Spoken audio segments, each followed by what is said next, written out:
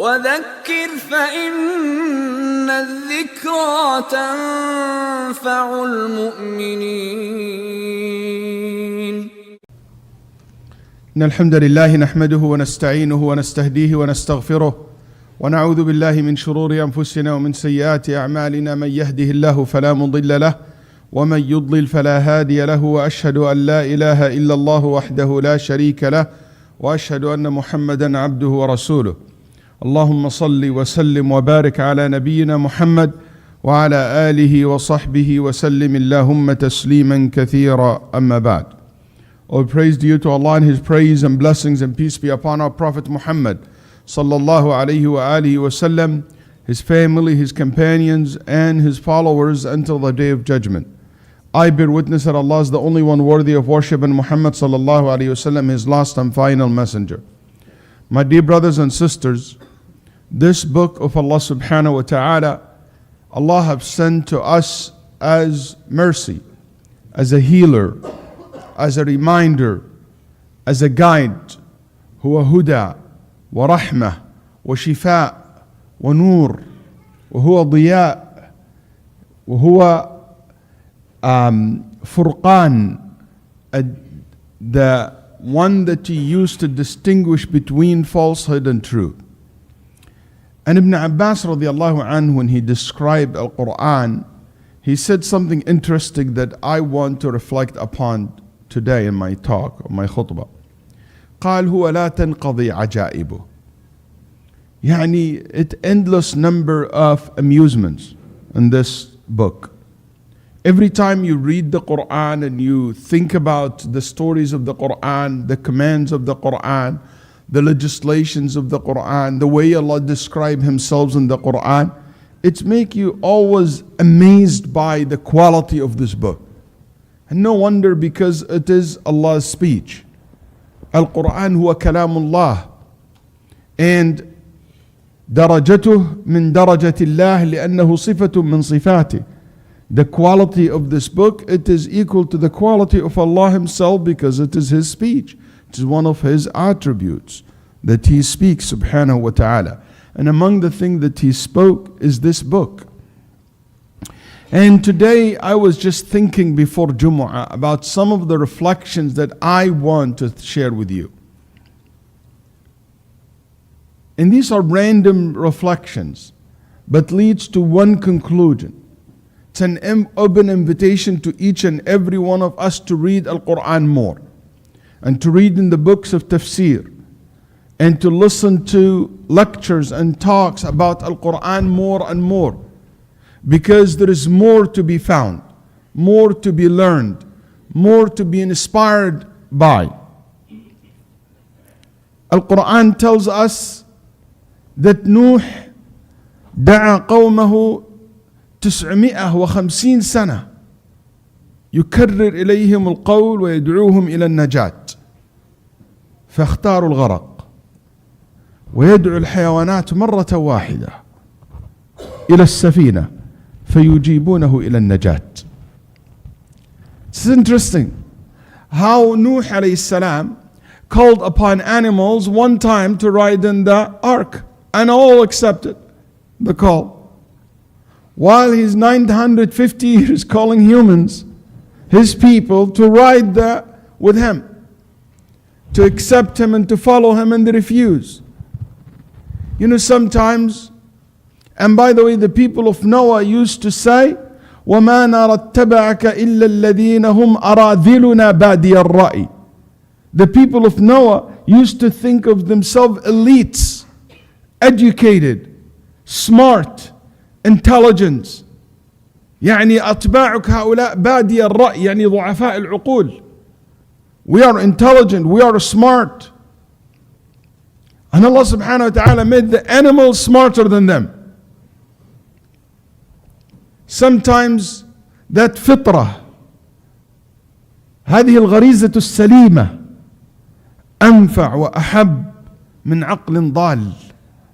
It is more beneficial, that pure fitrah, than a twisted, sick, disbelieving mind, an intelligence that lead to the disobedience of Allah.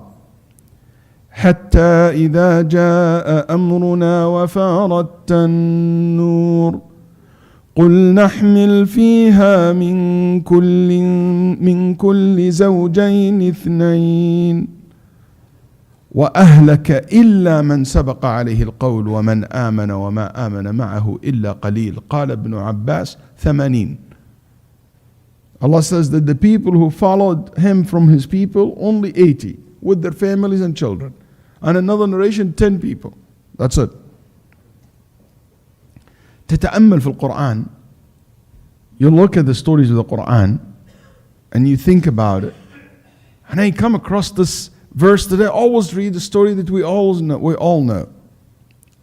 That Imra'at Fir'aun, the wife of Pharaoh, who lived in the house of the biggest Taghiya, the worst of humanity, Fir'aun, that dictator, that disbeliever, still held firm to his religion and to her deen. And she found the light of guidance. While the wife of Lut alayhi salam lives in the house of Lut, who is a prophet, and the wife of Nuh, who lives in the house of a prophet and messenger, and from Ulil Azm min al-Rusul, yet she couldn't find the light of guidance. Yet she is a disbeliever, and she betrayed her husband.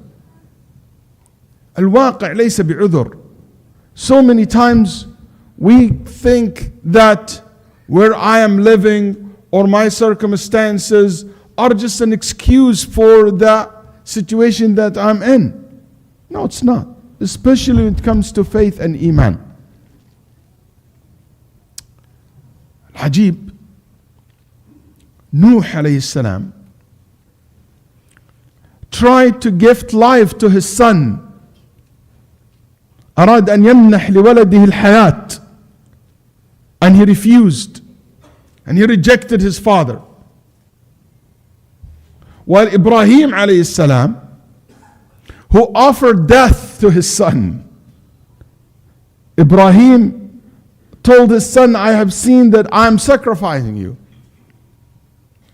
طلب ابنه للذبح فامتثل ونوح طلب ابنه للحياة فامتنع.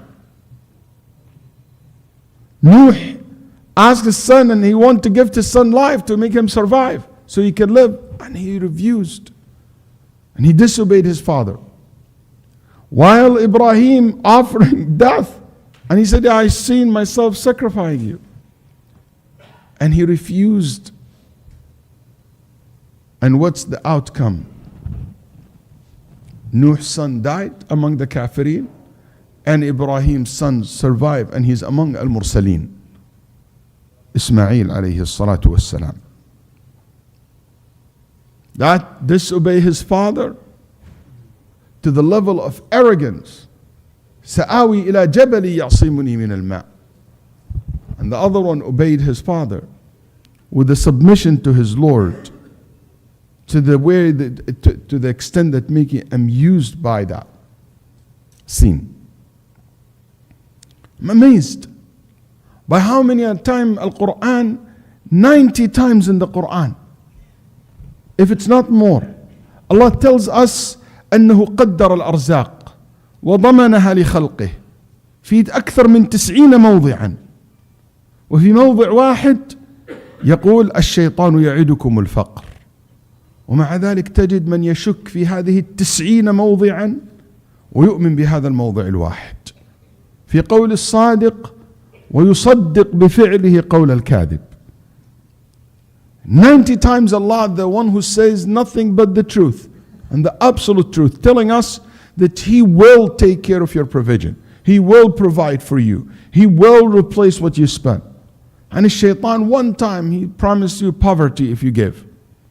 Yet you see, through actions, people believe that one time statement of the liar, which is Iblis, the Satan, over the 90 times that came in the Quran from the most truthful Allah subhanahu wa ta'ala.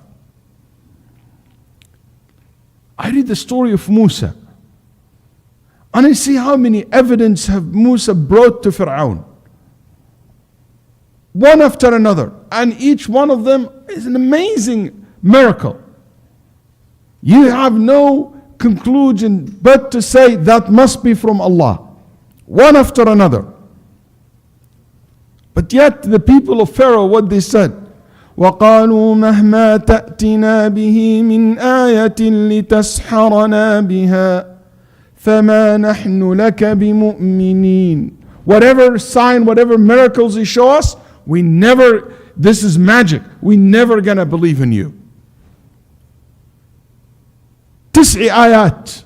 Tell me a prophet that Allah told us in the Qur'an that He have given him 9 miracles at once kida, to show to his people. But I read in the story that the magicians who were so into kufr, and they came to support Pharaoh against Musa, when they saw the one miracle of Musa, which is the cane turned to a snake eating their snakes, just one thing, what they have done. فَأُلْقِيَ السَّحَرَةُ سُجَّدًا قَالُوا آمَنَّا بِرَبِّ هَارُونَ وَمُوسَى. They fall into sujood, saying, we believe in the Lord of Harun and Musa. They don't even know his name yet, that Lord. They don't even know Allah's name. They said, we just believe in the Lord of Harun and Musa. We know nothing about, but we know that this is the truth. That miracle only comes from someone who was sent by God. قَالَ آمَنْتُمْ لَهُ قَبْلَ أَنْ آذَنَ لَكُمْ إِنَّهُ لَكَبِيرُكُمُ الَّذِي عَلَّمَكُمُ السِّحْرَ. Fir'aun said he must be the one who taught you magic, even though Fir'aun knows he's lying, because Fir'aun knows that Musa was raised in his house and he has nothing to do with magic. And he knows that those magicians from Egypt, and Musa was outside of Egypt before he came back. So he knows he's lying. And he threatened them. And he tortured them. And he cut their hands and their legs and he crucified them. All of them, and they said, قالوا لن نؤثرك على ما جاءنا من البينات والذي فطرنا فاقض ما أنت قاض إنما تقضي هذه الحياة الدنيا إنا آمنا بربنا ليغفر لنا خطايانا وما أكرهتنا عليه من السحر. Allahu Akbar. He said, we will never favor you over the truth that appeared to us. Do whatever you want. You only control this life. We believe in the Lord who have created us upon Iman originally.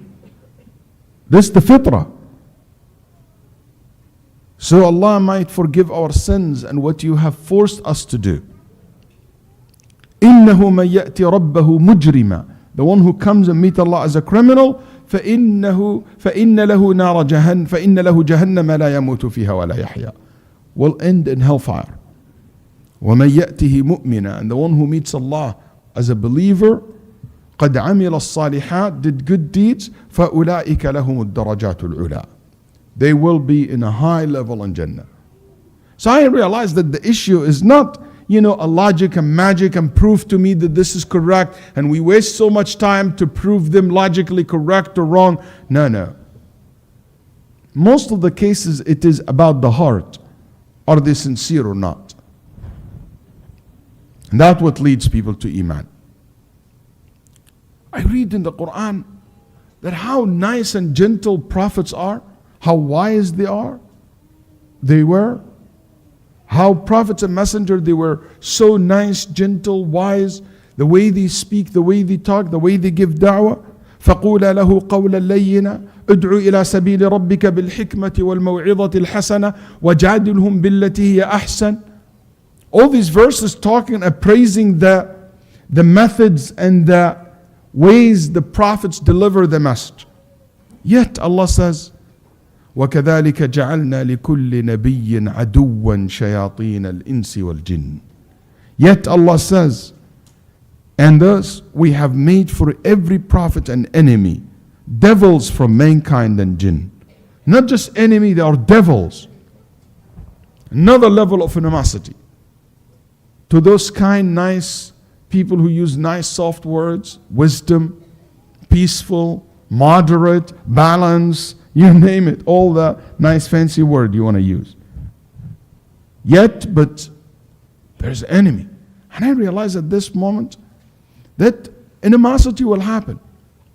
No matter how nice you are, no matter how good you are, there will be people who hate you for nothing but for who you are, for the truth that you carry.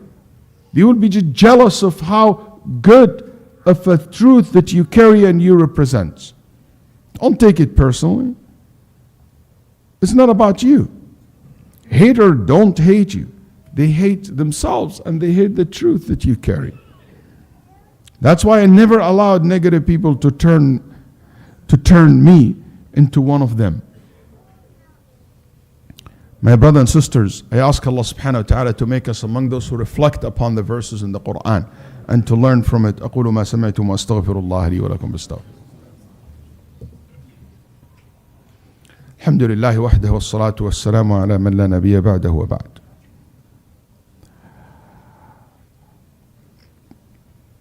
When Allah tells the story of the people of the trench, He told us about them, ذلك الفوز الكبير. Indeed, those who believed in the one righteous deed believed and done righteous deed will have gardens beneath which rivers flow. That is the great attainment. Al-Fawz al-Kabir, the great winning. I asked myself when I was reading, that's the only time in the Quran Allah referred to somebody or some group as Al-Fawz al-Kabir, the greatest winning. Yet, I know that the people of Trench, all of them were killed. The people of Trench, they did not take over destroy that dictators or they became victorious in this dunya. No. And I realize that the true success is in holding into one's principles and the success of the hereafter. الفوز الكبير أن تعيش وتموت على مبادئك الحقة. The great success is to live and to die upon these principles that you believed in. It's easy. It's easy to have good principles in life. But what's really hard is to hold into them until you die. That's why Shaykh Baz used to say, it's easy to live for the sake, to die for the sake of Allah. You just die. What's really hard is to live for the sake of Allah. May Allah subhanahu wa ta'ala make this upcoming summer an opportunity for us and our family and children to reflect more on the Qur'an. And I highly recommend you, as these days of summers coming, a long day, is to put a program for your children, to enlist them to study the book of Allah, to be connected more to the book of Allah, to read more of the Qur'an, to listen more to the Qur'an, to listen to more lectures about the Qur'an. We will have, inshallah, in the masjid here, a program in Elm Tree for 5 weeks, there's a Quranic studies will take place. We have programs that offer, training and learning and basic tafsir that go on almost every week in the masjid here. Make sure that you're part of that. Make sure that you grow. Make sure that you use all the tools that at hand to make you grow your relationship with the book of Allah subhanahu wa ta'ala during this beautiful long summer days, inshallah ta'ala, that it's approaching us. And we ask Allah subhanahu wa ta'ala to forgive our sins and our parents. Allahumma ghfir lana wa liwalidina warhamna wa'fu anna ya arhamar rahimin. اللهم إنا نسألك الهدى والتقى والعفاف والغنى وأن تؤتي نفوسنا تقواها وأن تزكيها أنت خير من زكاها وأن تصلي وتسلم على نبينا محمد وعلى آله وصحبه وسلم اللهم تسليما كثيرا وقم